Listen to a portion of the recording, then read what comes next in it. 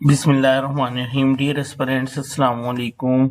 आज हम contract act का 13th लेक्चर देखेंगे। बेलमेंट के बारे में बहुत इंपॉर्टेंट टॉपिक है।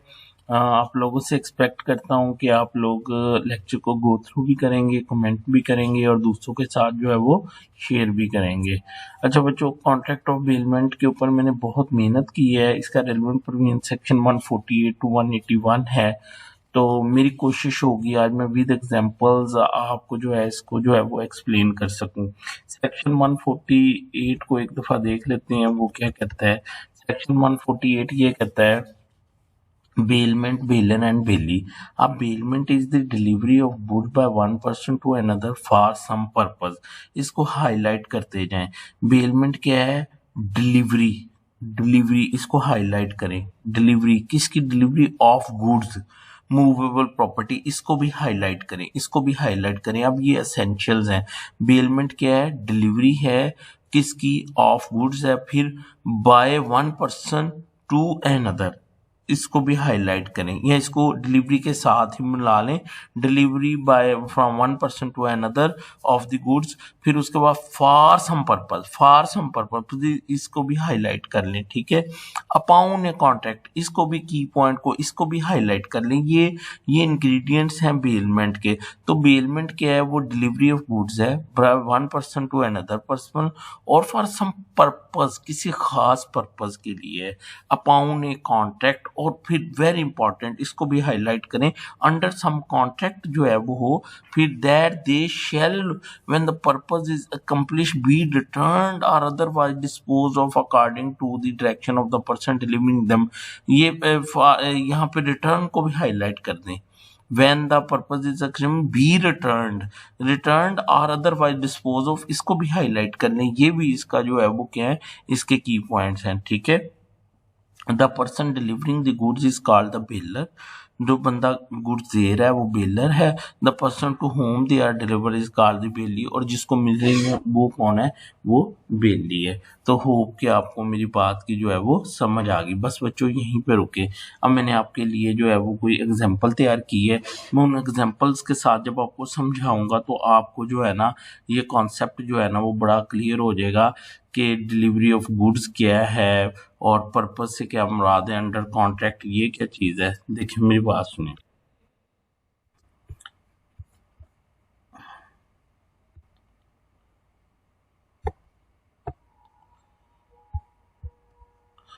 देखिए दो दोस्त हैं। जो कॉन्ट्रैक्ट ऑफ बेल है उसमें दो पार्टीज होती हैं, एक बेलर और दूसरी पार्टी जो है उसको क्या कहते हैं? बेली। जो गुड डिलीवर्स करेगा उसको क्या कहेंगे? बेलर। और जो गुड्स रिसीव करेगा उसको क्या कहेंगे? बेली। ठीक है। अब आप फर्ज करें कि अब मैं आपको बताता हूँ कि फर्ज करें दो दोस्त हैं बी और ए। ठीक है। और ए जो है वो उसको ये कहता है, ए उसको ये कहता है बी को कि मैंने अपने बच्चे को स्कूल छोड़ना है तो मुझे गाड़ी दे दो। मुझे क्या दे दो? गाड़ी दे दो। ठीक है।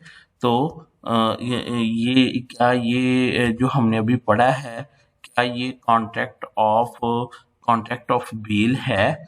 कॉन्ट्रैक्ट ऑफ बेलमेंट है? तो आपका क्या जवाब है? यस है। और उसकी रीजन क्या है?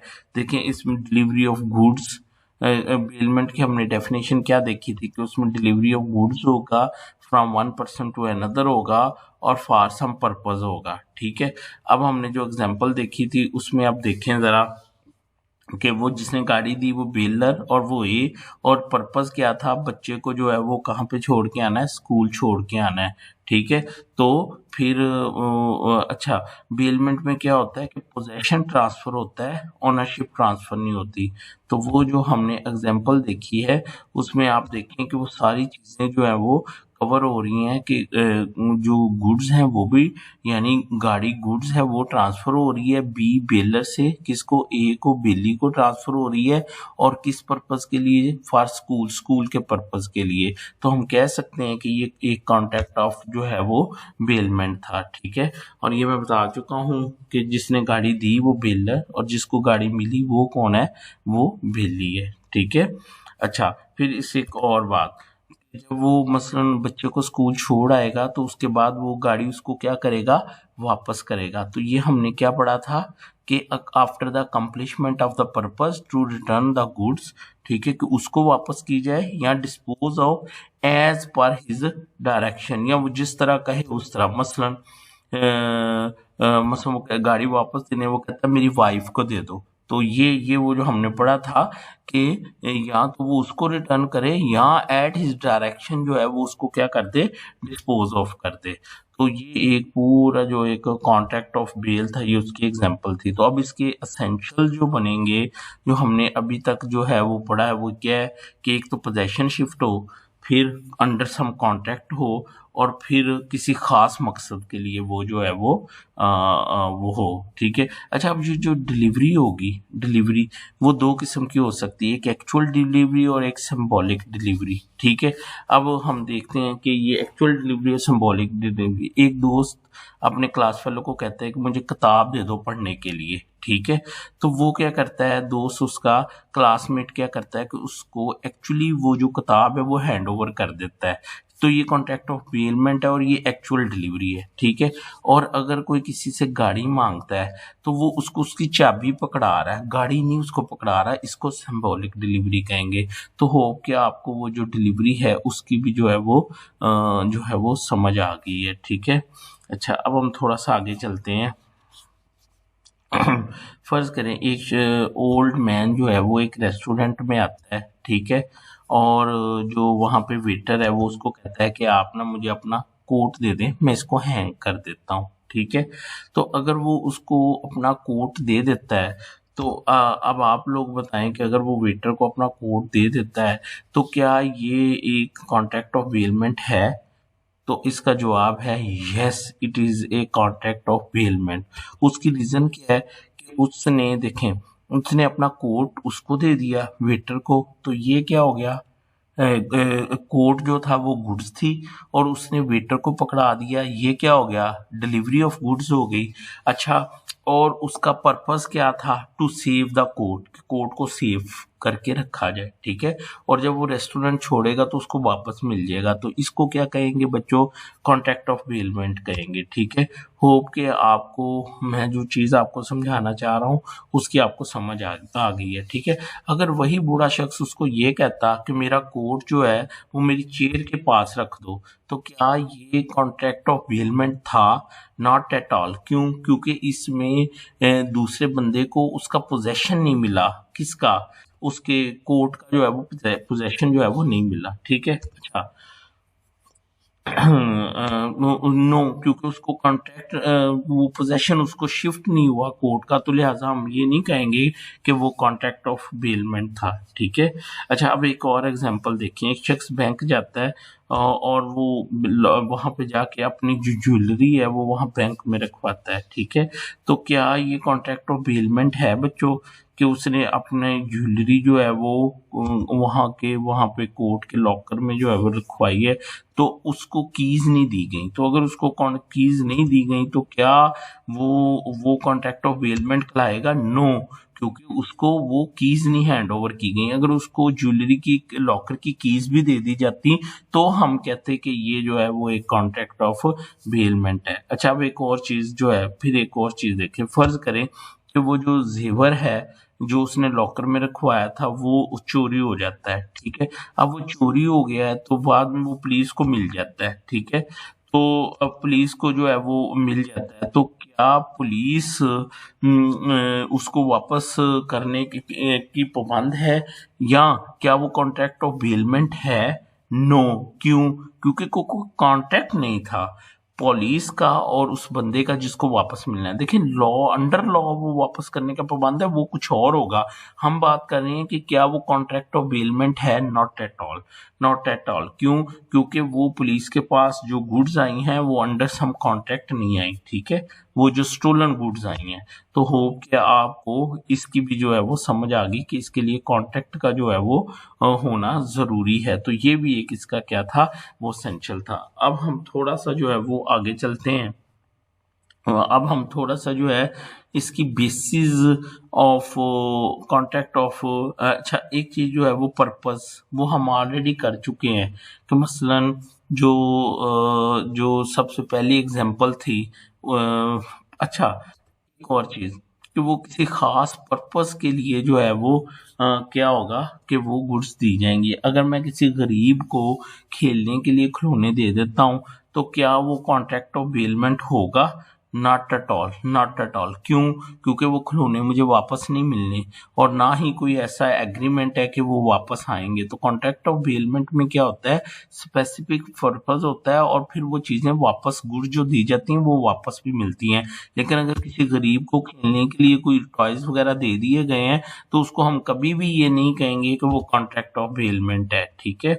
अच्छा, अब हम एक और जो है वो एक और एग्जांपल जो है उसको हम देख लेते हैं। तो अभी तक जो हमने पढ़ा है वो हमने बेलमेंट को देखा है, बेलर को देखा है और बेली को देखा है और विद एग्जांपल जो है हमने उसको जो है वो देखा है। तो ये बेसिकली इसके जो थे वो एक तरह से एसेंशियल थे। अब हम इसकी बेसिस देख लेते हैं और बेलमेंट की। ठीक है।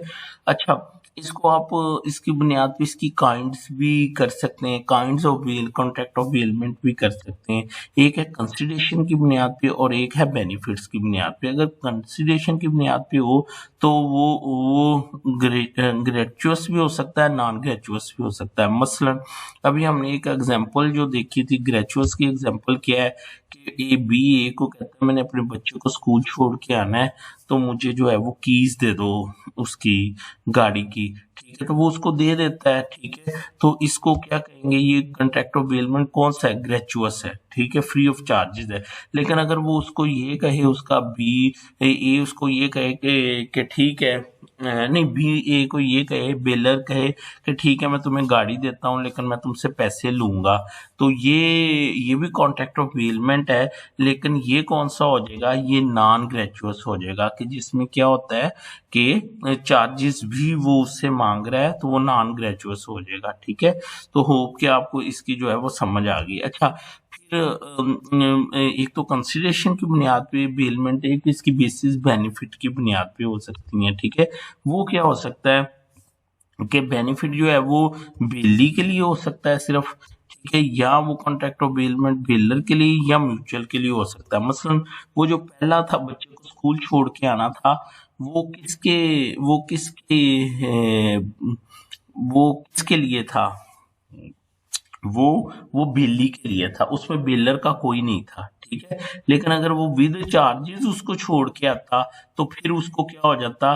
वो म्यूचुअल हो जाता, फिर दोनों का हो जाता। ठीक है, तो होप कि आपको मेरी बात की जो है वो समझ आ गई है। मैंने विद एग्जांपल आपको एक वीडियो दिखाई है और कोशिश की है कि मैं उसको जो है वो एक्सप्लेन कर सकूं। तो अब मैं जब पढ़ाऊंगा तो आपको वो बड़ा इजी लगेगा। जो कॉन्ट्रैक्ट ऑफ बेलमेंट हमने पढ़ा है वो आपको बड़ा आसान लगेगा। ठीक है। अच्छा, इससे भी पहले मैं आपको एक बात बताऊं, मैंने आपको एक बुक दी हुई है उसके चीमा वाली। ठीक है, अगर आप उसको देख लेना तो वो भी आपकी बड़ी हद तक आपकी जो है वो बुक जो है वो हेल्प कर सकती है, अगर आप उसको जो है वो एक नज़र जो है वो देख लें। ठीक है, जो मैंने आपको एक बुक बताई थी वो खालम महमूद चीमा वाली, ठीक है, तो वो बुक मेरे सामने है, आपको उसका लिंक भी दिया है, वो आप सबके पास है, आपने एलएलबी में भी पढ़ी है। और गर्चे कि हमारा अल्टीमेट जो ऑब्जेक्ट है, हमारा जो अल्टीमेट ऑब्जेक्ट है वो तो यही है कि हम टेक्स्ट को पढ़ें और उसको हाईलाइट करें, लेकिन चीज़ों को समझने के लिए अगर हेल्पिंग बुक्स को भी देख लिया जाए तो बड़ा फ़ायदा होता है। जैसे अभी मैंने आपको एक वीडियो दिखाई, अब मैं आपको थोड़ी देर के लिए इसकी भी रीडिंग करवाऊंगा तो वो आपका कॉन्सेप्ट जो है वो बड़ा क्लियर हो जाएगा। ठीक है, तो ये इसमें जी meaning and definition, the word bailment is drive from the French word bailler which means to deliver. According to section 148 of bailment is the delivery of good by one person to another for some purpose upon a contract that they shall when the purpose is accomplished be returned or otherwise disposed of according to the direction of the person delivering them. ठीक है, हमने इसको example के साथ भी देखा है। अब bailment is a voluntary transfer of possession of good by one owner to another person under a contract that such other person shall hold और रिटर्न देम टू ओनर और deliver them according to his order. A bailment arises when one person transfer possession of goods to another on condition that he will return them after the accomplishment of the purpose. If a person already in possession of goods of another person contracts to hold them, he becomes the bailee and the owner becomes the bailor. अगर एक शख्स के पास goods हैं, ठीक है, लेकिन contract of bailment बाद में होता है, तो वो फिर बाद में वो जिसके पास गुड्स हैं वो बेली बन जाएगा और जो ओनर हो जाएगा वो क्या बन जाएगा, वो बेलर बन जाएगा। ठीक है, अच्छा अब इसकी एक एग्जांपल देखते हैं, वो क्या है, ए delivers a piece of cloth to B to make a suit. This is a contract of bailment between A and B. क्यों जी, समझ आ गई। तो ए क्या हो जाएगा, बेलर हो जाएगा, और जिसको दिया जा रहा है बी वो क्या हो जाएगा, वो बेली हो जाएगा। A sells goods to B who leaves them in the possession of A becomes a bailor and B becomes the bailor. A goods को बेच देता है, ठीक है, बी को, और जो कि उसको किसके पोजेशन में ही छोड़ जाता है, ए के पोजेशन में, यानी वो अभी लेके नहीं गया। लेकिन चूंकि अब बी मालक बन चुका है लेकिन कब्जा ए के पास ही रह गया है, तो अब वो फिट हो जाएगा क्या बोला कि वो एक कॉन्ट्रैक्ट ऑफ बेलमेंट है, और अब ए जो है वो क्या बन जाएगा, उसमें बेली बन जाएगा, और बी उसमें क्या बन जाएगा, बेलर बन जाएगा। तो होप कि आपको इस बात की समझ आ गई है। ठीक है, अब इसके एसेंशियल्स क्या है कॉन्ट्रैक्ट, मैंने बताया था ना, जैसे हमने देखा था कि पुलिस उसको वो वापस करने के पाबंद नहीं थी gold ornaments under some contract of bailment, क्योंकि पुलिस को वो अंडर सम कॉन्ट्रैक्ट वो नहीं मिले थे। तो कॉन्ट्रैक्ट का होना जो है वो जरूरी है। ठीक है, अगर कॉन्ट्रैक्ट के बगैर कोई चीज मिली है तो उसको हम कॉन्ट्रैक्ट ऑफ बेलमेंट जो है वो नहीं कहेंगे। जैसे ये देखे ना, B stolen ornaments were recovered by police, later they disappeared from police custody, held the state was liable.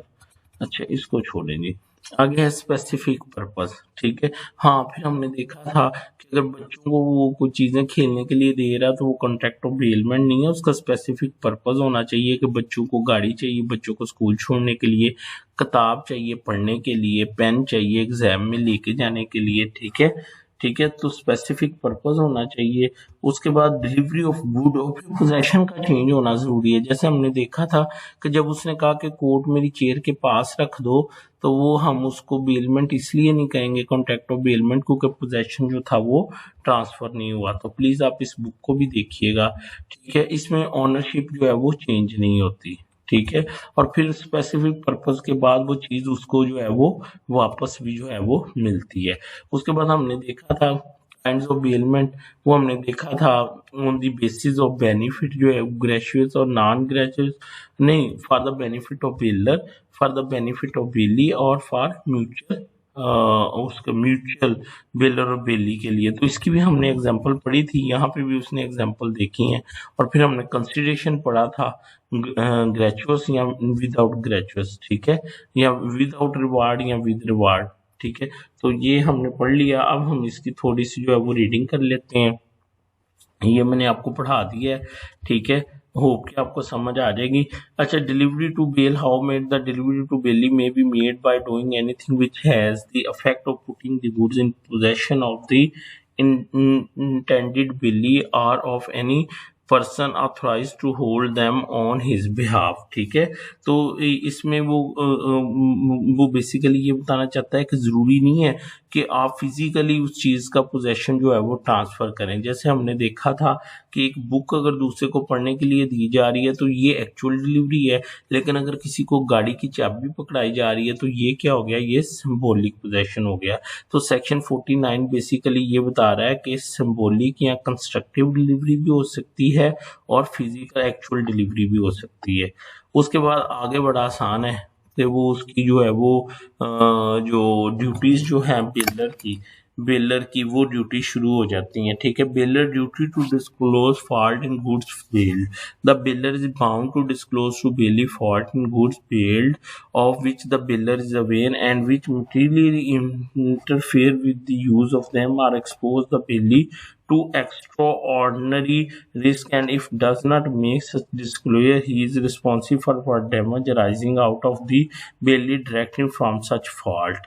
देखो वेरी सिंपल, वो ये बात कह रहा है कि बेलर जो मसलन गुड्स जो है वो डिलीवर कर रहा है, उसकी जिम्मेदारी है कि वो दूसरी पार्टी को उन गुड्स के बारे में, उनके उसकी सिचुएशन के बारे में बताए। अगर वो नहीं बताता और दूसरी पार्टी को कोई डैमेज हो जाता है, कोई नुकसान हो जाता है, तो वो नुकसान जो है उसको वो पूरा करने का पाबंद है। If the goods are build for hire, the builder is responsible for such damage whether he was or was not aware of the existence of such fault in the goods built। और अगर वो मसलन किराए पे दी गई हैं उसको बेली को, तो उस सूरत में चाहे बिल्डर को ये इल्म था या नहीं था कि उसकी गुड्स जो हैं वो डैमेज हैं, वो उसको उस लॉस को जो दूसरी पार्टी को बेली को हुआ उसको पूरा करने का जो है वो पाबंद है। अब हम इसकी जो है वो कुछ एग्जांपल देख लेते हैं जहां से ये चीज क्लियर हो जाएगी। अब हम इसकी एग्जांपल देखते हैं तो ये क्लियर हो जाएगा। A lends a horse which he knows to vicious to be, he does not disclose the fact that the horse is vicious, the horse run away, B is thrown and injured, A is responsible for B to damage sustained। देखिए ए ने अपना घोड़ा उधारा दिया है, किसको? B को दिया है, और उसको ये नहीं बताया कि ये घोड़ा जो है ये बड़ा खतरनाक है या ये मसलन वो सर्कश किस्म का है, ठीक है, या खतरनाक है, या ये आम तरीके की सवारी के लिए नहीं है, ठीक है, या तो वो उस सूरत में और वो घोड़ा भाग जाता है और वो बेली गिर जाता है और उसका नुकसान हो जाता है, तो ए उसका रिस्पॉन्सिबल होगा। क्यों? क्योंकि ए ने उसको जो था वो बताया नहीं था, ठीक है, कि जो घोड़ा है उसकी नोयत क्या है या उसकी जो है वो कंडीशन क्या है। दूसरी एग्जांपल देखते हैं कि A hire a carriage of B, A जो है वो बी के लिए कैरेज का इंतजाम करता है, ठीक है, लेकिन the carriage is unsafe though B is not aware, B को इस चीज का इल्म नहीं था कि कैरेज जो है वो अनसेफ है, जो वो सवारी वगैरह उसको ला के दे रहा है वो अनसेफ है, तो ए इंजर हो जाता है, B is responsible for A for injure. तो यही हमने ऊपर एक बात जो थी वो पढ़ी थी कि वो बताने का पाबंद है, उसकी सिचुएशन, गुड्स की सिचुएशन अगर नहीं बताता, को डैमेज हो जाता है, वो उसका पाबंद है। और अगर वो उसको किराए पे कोई चीज दे रहा है तो फिर चाहे उसका इल्म था भी बेलर का या नहीं था, अगर दूसरे को डैमेज होता है तो वो उसको पूरा करने के लिए जो है वो तैयार है, पाबंद है। अब हम care to be taken by the bailor, bailee. पहले हमने किसकी ड्यूटीज पढ़ी थी? बेलर की, जो गुड्स दे रहा था, ठीक है। हम 151 में हम किसकी ड्यूटी पढ़ने जा रहे हैं? बेली की। Care to be taken by the bailee in all cases of bailment, the bailee is bound to take such care of goods bailed to him as a man of ordinary prudence would under similar circumstances take of his own goods of the same bulk quality and value as the goods bailed. तो यहाँ पे वो बड़ा clear कर रहा है, वो कह रहा है कि जो बेली है उसकी जिम्मेदारी है कि जो उसको गुड्स मिली है वो उनकी उसी तरह ही केयर करे कि जैसे कि उसकी अपनी चीज है, जैसे कि उसने खुद खरीदी है, तो ये उसकी जिम्मेदारी है। ये नहीं है कि पराया माल है तो वो उसका नुकसान करके उसको वापस कर दे। अब हमने जो एग्जांपल पढ़ी थी वो कौन सी? वो कार वाली, ठीक है। तो अब फर्ज करें कि बी ने ए को कार दी, ठीक है, और ए जो है वो उसको लॉक करना ही भूल गया गाड़ी को, ठीक है, तो वो गाड़ी चोरी हो गई। तो अब बेली जो है वो क्या होगा? वो लायबल होगा। क्यों? क्योंकि उसने उस चीज की उस तरह केयर नहीं की जिस तरह के उसको अपनी चीज की केयर जो है वो करनी चाहिए थी। तो ये था सेक्शन 151। अब सेक्शन 152 देखते हैं, ये क्या कहता है? ये कहता है बेली wen not liable for loss of the things bailed, the bailey in the absence of any special contract is not responsible for loss, destruction or deterioration of the thing bailed if he has taken the amount of care of its described in section 151। ये section ये कहता है कि देखें, वो ये कहता है कि अगर कोई शख्स 151 वाली केयर करता है लेकिन उसके बावजूद अगर वो चीज जो है वो उससे लॉस हो जाती है, वो गुम हो जाती है, तो फिर बेली जो है वो उसका जो है वो जिम्मेदार नहीं होगा। मसलन इस पे एक एग्जांपल देखते हैं, वो चीमा की बुक में लिखा है, A send some ornament to B a goldsmith स्मिथ। ए जो है वो गोल्ड स्मिथ को देता है और गोल्ड ऑर्नामेंट्स, ठीक है। B keeps them in lock से, वो अपनी तरफ से उनकी पूरी हिफाजत करता है। द ऑर्नामेंट्स आर स्टोलन, वो ऑर्नामेंट्स चोरी हो जाते हैं। B is not liable for loss, क्योंकि उसने 151 के तहत उसकी पूरी केयर की थी, लेकिन वो चोरी हो गए, तो हम कहेंगे कि वो उसका जिम्मेदार जो है वो नहीं है। तो ये एक एग्जांपल थी कि सेक्शन 151 ये है कि उसको केयर करनी है, और 152 है कि अगर केयर के बावजूद नुकसान हो जाता है तो फिर बेली उसका जो है वो किसी भी तरह से उसका जो है वो जिम्मेदार नहीं होगा, ठीक है। अब हम एक और सेक्शन देखते हैं, ठीक है। 153 termination of bailment by bailee act inconsistent with conditions. A contract of bailment is avoidable at the option of the bailor if the bailee does any act with regard to the goods bailed inconsistent with the conditions of the bailment। अच्छा, ये section easy है। ये section ये कहता है कि जो एक अंडर कॉन्ट्रैक्ट हुआ था, अगर उसकी टर्म्स एंड कंडीशन को वायलेट किया जाता है तो वो फिर जो कॉन्ट्रैक्ट ऑफ बेलमेंट है वो बेलर के ऑप्शन पे जो है वो क्या हो जाएगा, वो क्या हो जाएगा कि वो वाइडेबल हो जाएगा, कि वो उसको मनसूख भी कर सकता है। मसलन ए जो है वो बी को अपना घोड़ा देता है, किस लिए, फॉर ओन राइडिंग, कि वो खुद से उस पर राइडिंग करे, लेकिन वो क्या करता है, वो उसको आमदोरफ्त के लिए आगे इस्तेमाल करना शुरू कर देता है, ठीक है। उसको भेजना शुरू कर देता है, उस पर चीज़ें लादना शुरू कर देता है। तो ये बेसिकली टर्म्स एंड कंडीशन की वायलेशन है। तो अंडर सेक्शन 151 153 जो है वो eight the option of the bailor जो है वो कॉन्ट्रैक्ट ऑफ बेलमेंट क्या हो जाएगा, वो वाइडेबल होगा। वो अगर चाहे तो उसको क्या कर सकता है, मनसूख कर सकता है। उसके बाद सेक्शन 154 है liability of the bailee making unauthorised use of goods बेल्ड।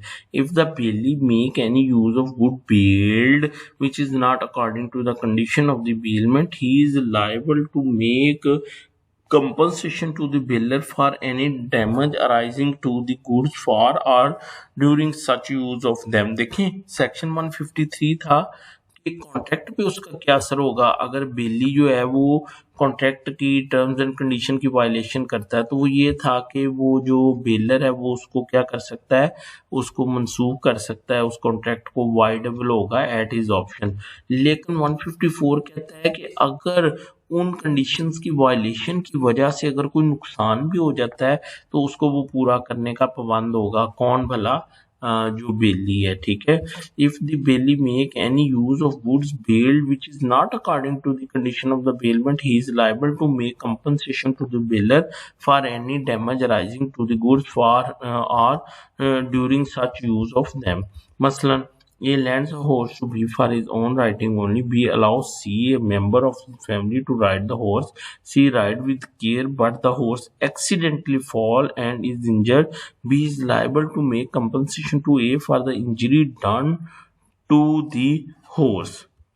देखिए, ए जो था बेलर था, उसने घोड़ा उधारा दिया था सिर्फ बी को उसके अपने इस्तेमाल के लिए, लेकिन बी ने सी को दिया और सी की वजह से वो घोड़े का वो जख्मी हो गया, नुकसान हो गया। तो अब बी लायबल है, क्यों भला, क्योंकि ए और बी का ये कॉन्ट्रैक्ट ही नहीं था कि वो उसको आगे किसी को देगा। तो हो क्या आपको मेरी बात की समझ आ गई। अब एक और एग्जांपल है, वो कहता है A hires a horse in Karachi from B expressly to march to Hyderabad. A rides with due care but marches to Khairpur instead. The horse accidentally fall and is injured, is liable to make compensation to B. देखिए, जब उसको लेके ही कहाँ पे जाना था, हैदराबाद, लेकिन वो उसको लेके खैरपुर चला गया, तो ये कॉन्ट्रैक्ट की वायलेशन होगी। जब वायलेशन होगी तो फिर सेक्शन 153 या 154 के मुताबिक वो लायबल है कि वो उसको कंपनसेशन को जो है वो क्या करे, वो पे करे, ठीक है। उसके बाद हम सेक्शन 155 देखते हैं, affect of mixture with bailor's consent of his goods with belly। If the belly with the consent of the beller mixes the goods of the beller with his own goods, the beller and the belly shall have an interest in proportion to their respective share in the mixture thus produced। देखें, जो फर्ज करें कि जो baler था वो अपने चावल जो है गंदम जो है या को कॉटन जो है वो एक खास क्वालिटी की वो किसको देता है, बेली को देता है, ठीक है।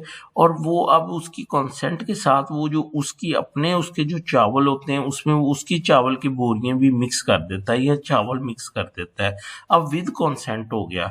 तो अब चाहे उसकी जो थी वो उसके अपने चावल कीमती थे और बेली के कीमती नहीं थे, या उसके अपने कीमती नहीं थे लेकिन बेली के कीमती थे, लेकिन जब वो मिक्स हो जाएंगे तो अब वो जो मिक्स प्रोड्यूस जो होगी उसका जो प्रॉफिट लॉस होगा वो उसमें बराबर के जो है वो क्या होंगे, हिस्सेदार या जिम्मेदार होंगे। दोबारा पढ़ता हूँ सेक्शन 151 को। Effect of mixture with bailor's consent of his goods with bailee. If the bailee with the consent of the bailor mixes the good of the bailor with his own goods, the baler and the bailey shall have an interest in proportion to their respective share in the mixture thus produced। तो hope कि आपको मेरी चीज की समझ, मेरी बात की समझ आ गई, जहाँ पे चीजें आपस में क्या हो रही हो, मिक्स हो रही हो। उसके बाद सेक्शन 156 है, वो है effect of mixture without bailor's consent. ऊपर था with consent, when the goods can be separated if the bailee without the consent of the bailor mixes the goods of the builder with his own goods and the goods can be separated or divided, the property in the goods remain in the parties respectively, but the bill is bound to bear the expenses of separation or division and any damage arising from the mixture। ये तो बड़ा easy और बड़ा simple है कि जहाँ पे उसकी कंसेंट नहीं थी बेलर की लेकिन उसने चीज़ों को मिक्स कर दिया, तो वो उनको अगर सेपरेट किया जाएगा तो वो सेपरेशन या डिवीजन के जो खर्चा होगा वो किसके जिम्मे आएगा, वो बेली के जिम्मे होगा। और अगर कोई उसमें उस दौरान में कोई डैमेज हुआ है मिक्सचर की वजह से तो वो उसका भी वो जिम्मेदार होगा। मसलन वो एक एग्जांपल दे रहा है, वो कह रहा है ये bells 100 bales of cotton marked with the particular mark to be without a consent mixes the 100 bale with other bales of his own bearing of different mark, he is entitled to have his 100 bales returned and he is bound to bear all expenses incurred in the separation of bale and any other incidental damage. तो बड़ा simple है कि एक ही खास किस्म के वो pack थे कॉटन के, बंडल थे 100, तो वो बी ने जो है वो क्या किया, उसकी मर्जी के अगेंस्ट अपनों के साथ मिक्स कर दिए, तो अब उसको अलहदा करने में जो खर्चा है वो किसका होगा, वो बी का होगा, ठीक है। होप कि आपको इसकी समझ आ गई है। Affect of mixture without bailor's concept when the goods can not be separated. देखो बच्चों सेक्शन 155, 156 और 157 में फर्क करो। 155 था विद कॉन्सेंट, 156 था without consent but that goods can be separated, लेकिन अब 157 है कि without consent and that can not be separated if the bailee without the consent of the bailor mixes the good of the bailor with his own goods in such a manner that it is impossible to separate the goods bailed from the other goods and deliver them back, the bailor is entitled to be compensated from by the bailee for the loss of goods. और अगर वो separate नहीं हो सकते तो उस सूरत में बेली जो है वो कंपनसेट करेगा किसको, बेलर को। मसलन a bale of barrel of cap floor with rupees 50 to 45 to B without a consent mixes the floor with country floor of his own, ठीक है, worth only rupees 20 a barrel, B must compensate A for the loss of the floor। उसने क्या कहा है कि उसने basically क्या है कि उसने क्या किया है, तो वो कहता है कि ये जो है वो अपना जो है वो जो उसने कीमती किस्म का जो आटा है वो दिया किसको, बी को, बेली को, और बेली ने अपना जो उसका कम कीमत वाला था उसके साथ मिक्सअप कर दिया। तो अब वो जो बी है बेली वो लायबल है कि वो जो लॉस हुआ है उसको वो टू मेक द गुड कि उसको वो पूरा करे, ठीक है। अब हम चलते हैं सेक्शन 158 है, वो कहता है repayment by bailor of necessary expenses when whereby the condition of the bailment the goods are to be kept, are to be carried, are to have work done upon them by the bailee for the bailor and the bailee is to receive no remuneration, the bailor shall repay to the bailee the necessary expenses incurred by him for the purpose of the bailment। फर्ज करें baler जो था ये उसने, या B baler था, उसने बेली ए को अपना घोड़ा दिया, ठीक है। अच्छा, अब वो घोड़ा बीमार हो गया और उसने उसके ऊपर क्या किया, खर्चा किया, ठीक है। तो अब ये ग्रेचुअस था ना, बेलमेंट ऑफ कॉन्ट्रैक्ट ऑफ, यानी इसमें कोई न्यूमरेशन नहीं उसको पे होनी थी, किसको, बेली को। तो यहाँ पे जो वो उसने उसकी बीमारी के ऊपर जो खर्चा किया है, वो बेलर पाबंद है उसको क्या करने का, पे करने का, ठीक है। अच्छा, एक चीज मैं आपको क्लियर करता चलूं, ये है भी इजी, हम सिर्फ उसको थरोली पढ़ रहे हैं। अदरवाइज वो जो उसकी बुक है ना, उसने बड़े जबरदस्त तरीके से इजी लैंग्वेज के अंदर जो है ना, वो उनके राइट्स एंड ड्यूटीज की सूरत में ये सारे सेक्शन लिखे हैं। तो आप उधर से भी इसको कर सकते हैं, लेकिन मकसद ये है कि हम अपना कॉन्सेप्ट जो है उसको क्या करें, क्लियर कर लें। उसके बाद है restoration of goods lent gratuitously.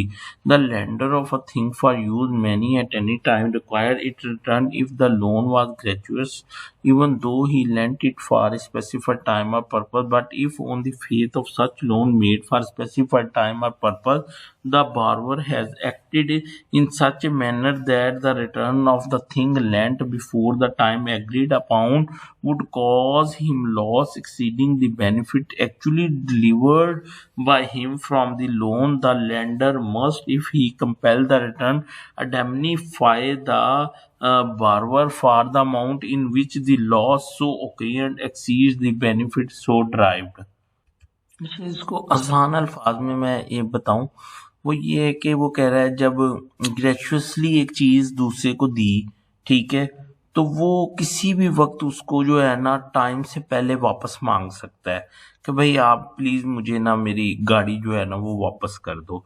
और वो पाबंद होगा कि वो बेली जो है वो उसकी गाड़ी उसको क्या करे, उसको वापस करे, जो उसने चीज उससे उधारी ली हुई है। लेकिन अगर वो चीज वापस करते हुए उसको कोई नुकसान हो रहा है, जो कि उसने बेनिफिट उठाने के लिए लिया था, लेकिन अगर उसका नुकसान ज्यादा हो रहा है, तो फिर वो बेलर जो है वो उस नुकसान को पूरा करने का जो है वो पाबंद है। मसलन ए जो बी एक बेलर था, उसने ए को अपनी गाड़ी दी कि ठीक है तुम इसको ना वो उबर के लिए इस्तेमाल कर लो, ड्राइविंग के लिए ना इस्तेमाल कर लो। उसने उसके लिए सारा खर्चा किया, उसकी रजिस्ट्रेशन करवाई, सब कुछ करवाया। अब वो जब उसको चलाने लगा तो वो जो बेलर था जिसकी गाड़ी थी, उसने कहा मुझे वापस कर दो। अब वो वापस करने का तो पाबंद है, लेकिन जो उसने उसके ऊपर खर्चा किया है और अभी उसने कोई बेनिफिट नहीं उठाया, तो वो फिर उसको वो बेनिफिट जो है, वो जो नुकसान उसको हुआ है, वो जो मालक जो है, वो बेलर जो है वो उसको पूरा करने का पाबंद है। अब मैं इसको पढ़ता हूँ तो आपको समझ आ जाएगी। The lender of a thing for use may at any time require its return if the loan was gracious, even though the lent it for a specified time or purpose. But if on the faith of such loan made for specific time or purpose, the borrower has acted in such a manner that return of thing lent before the time agreed upon would cause him loss exceeding the benefit actually delivered by him for the loan, the lender must, if he compels the return, indemnify the borrower for the amount in which the loss so occurred exceeds the benefit so derived। तो हो कि आपको मेरी बात की समझ आ गई, ठीक है। अब सेक्शन 160 वो return of goods based on expiration of time for और accomplishment of the purpose। ये हमने डेफिनेशन में भी पढ़ा था। If the duty of the bailee to return or deliver according to the bailor direction the goods bailed without demand as soon as the time for which they were bailed has expired or for the purpose of which they bailed has been accomplished. तो हमने वो एक example भी देखी थी कि वो चाहे तो गाड़ी खुद वापस ले ले और चाहे उसको कहे कि मेरी वाइफ को तुम ये ना गाड़ी दे दो। तो वो जिसको कहे वो अपना पर्पस मुकम्मल होने के बाद वो गुड्स वापस करने का क्या है वो बंद है। ये सेक्शन 160 था।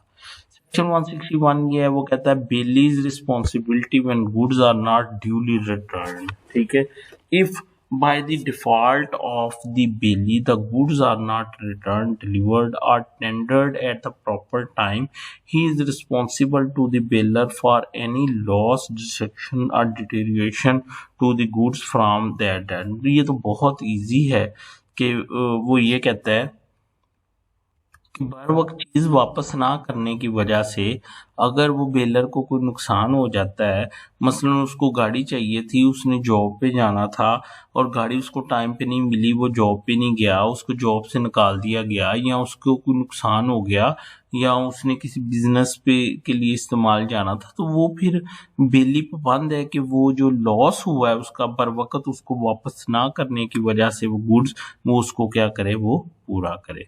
आगे 162 है termination of gratuitous bailment by death. A gratuitous bailment is terminated by the death either of the bailor or the bailey। किसी की भी अगर डेथ हो जाएगी तो वो जो bailment contract of bailment gratuitous होगा, विदाउट कंसिडरेशन होगा, वो क्या हो जाएगा, खत्म हो जाएगा। Baler entitled to increase or profit from goods bailed if in the absence of any contract to the contrary the bailey is bound to deliver to the bailor or according to his direction any increase or profit which may have accrued from the goods bailed।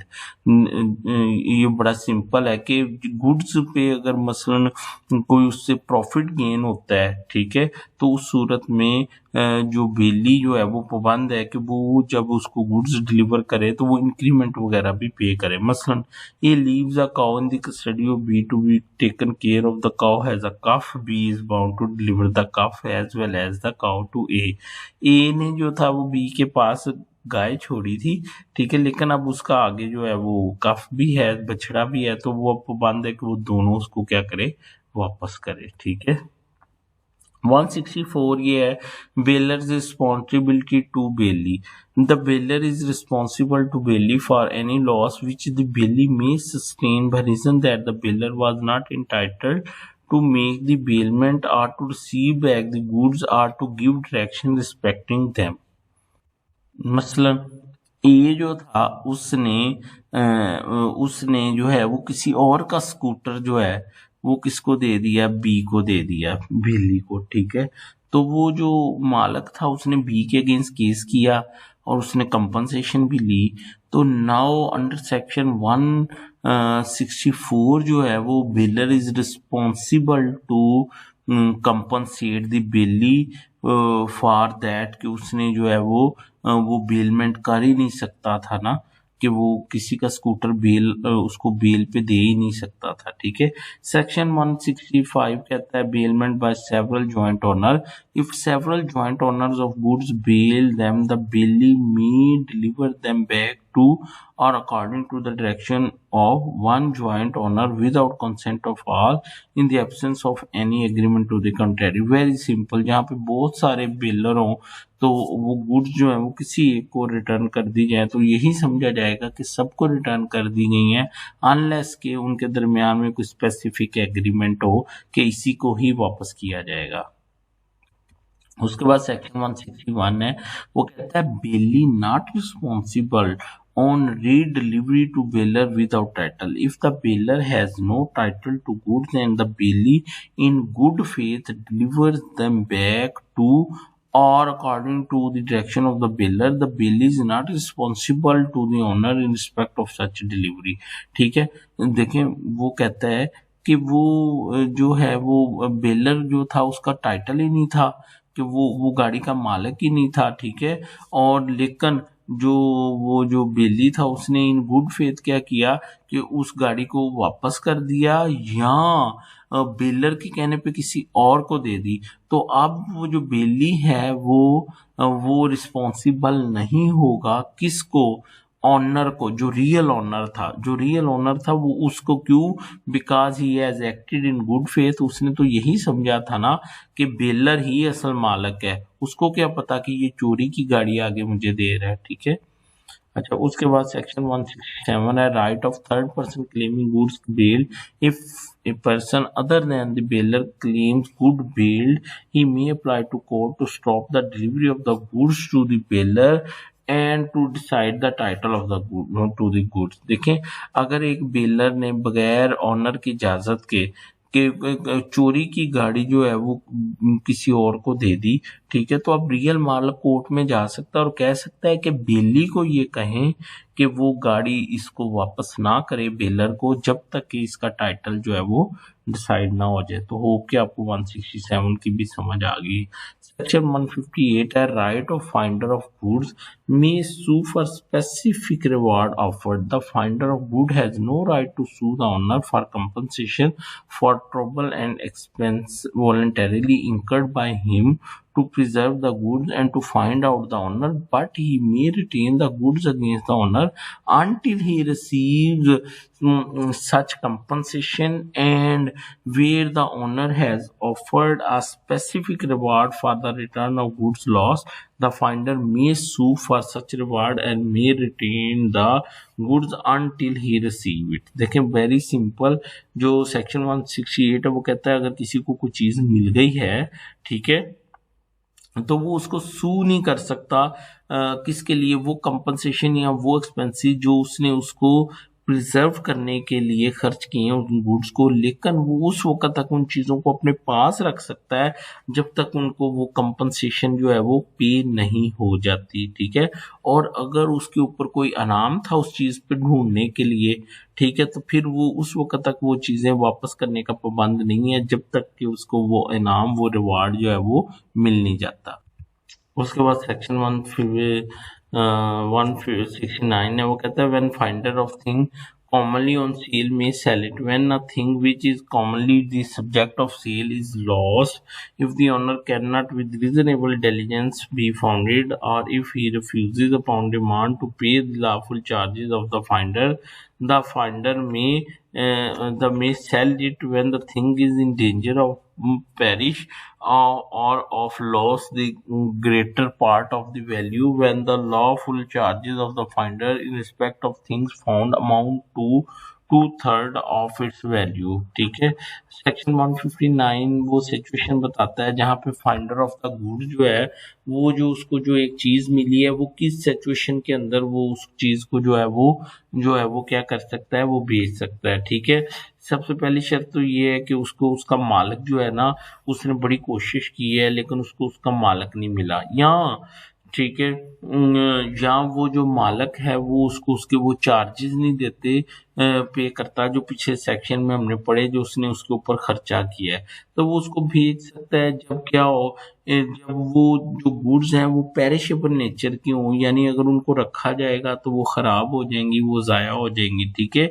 या when the lawful charges of the finder in respect of the thing found amount to 2/3 of its value, या जब वो जो finder जो उसके ऊपर खर्चा कर चुका है वो उसकी वैल्यू के 2/3 से जो है वो क्या है, वो चार्जेस वो ज्यादा उस पर खर्च कर चुका है, तो उस सूरत में वो उस चीजों को क्या कर सकता है, वो बेच सकता है। अब फर्ज कर लें जो फाइंडर है उसको जो टमाटोज जो है उसकी एक उसको बोरी मिली है, ठीक है, तो अब वो क्या है कि अब वो उसको रख नहीं सकता क्योंकि वो खराब हो जाएंगे, तो वो बेचने उसकी जो है वो क्या हो जाएंगी, मजबूरी हो जाएगी, और अगर उसको मालिक नहीं मिलता तो वो उसको फिर क्या कर सकता है, वो उसको बेच सकता है। उसके बाद 170 है बेलीज particularly, and when the bailee has in accordance with the purpose of the bailment render any service involving the exercise of labor or skill in respect of the good bailed, he has in the absence of a contract to the contrary a right to retain such goods until he receive due remuneration for the service he has rendered in respect of them, ठीक है। वो कहता है अगर बेली ने कोई labour या उसकी स्किल्स इन्वॉल्व हैं उन गुड्स के बारे में, तो फिर जब तक उसको उसकी कंपनसेशन रिम्यूनरेशन नहीं मिलती वो उन चीज़ों को वापस करने का पाबंद नहीं है, उसको अपने पास रख सकता है। मसलन deliver a rough diamond to B a jeweller to be cut and polish which is accordingly done, B is entitled to retain the stone unless he is paid for the services he has rendered। देखें ए ने B को diamond दिया कि polish करो ना इसको, तो अब उसने पॉलिश कर दिया है तो उसकी सर्विसेज इन्वॉल्व हैं, जब तक उसको उसकी पेमेंट नहीं की जाती वो डायमंड वापस करने का पाबंद नहीं है। A gives cloth to B a tailor to make into a coat, B promises A to deliver the coat as soon as it is finished and to give a 3 months credit for the price, B is not entitled to retain the coat until he is paid। देखें वो coat उसने सिलवाया तो जब वो उसके पैसे ही नहीं दे रहा उसकी सिलाई के, तो वो उसको वापस करने का जो है वो पाबंद नहीं है। लास्ट सेक्शन है वो है 171। वो ये कहता है general lien of banker, factors, wharfingers, attorneys and policy brokers. Banker, factor, wharfingers, advocates of high court and policy broker mean in absence of the contractor retain as the security for a general balance of account any goods billed to them, but no other person have a right to retain as a security for such balance good billed to them unless there is an express contract to that effect। Section 171 certain लोगों के बारे में बताता है कि वो अपनी payment को यकीनी बनाने के लिए, ठीक है, वो गुड्स को क्या कर सकते हैं, अपने पास रख सकते हैं, अनलेस के उनको एज ए सिक्योरिटी अपने पास रख सकते हैं, अनलेस के उनकी जो वो मसलन यानी वो जो उनका जो वो जो लायबिलिटी है दूसरे की वो जो है वो पे हो जाए। मसलन बैंकर जो है वो अगर गुड्स हैं तो वो उस वक्त तक उसको अपने पास रख सकता है जब तक कि उसको जो पेमेंट है वो उसको जो है वो इंश्योर ना हो जाए कि ये जो है वो क्या हो जाएगी, पे हो जाएगी। तो ये कौन सा सेक्शन था, ये सेक्शन 151 था। तो बच्चों मैंने कोशिश की मैं आपको बेस्ट वे में बता सकूं, एक्सप्लेन कर सकूं। कमेंट ज़रूर कीजिएगा, मुझे अपनी दुआओं में याद रखिएगा। जज़ाकल्लाह।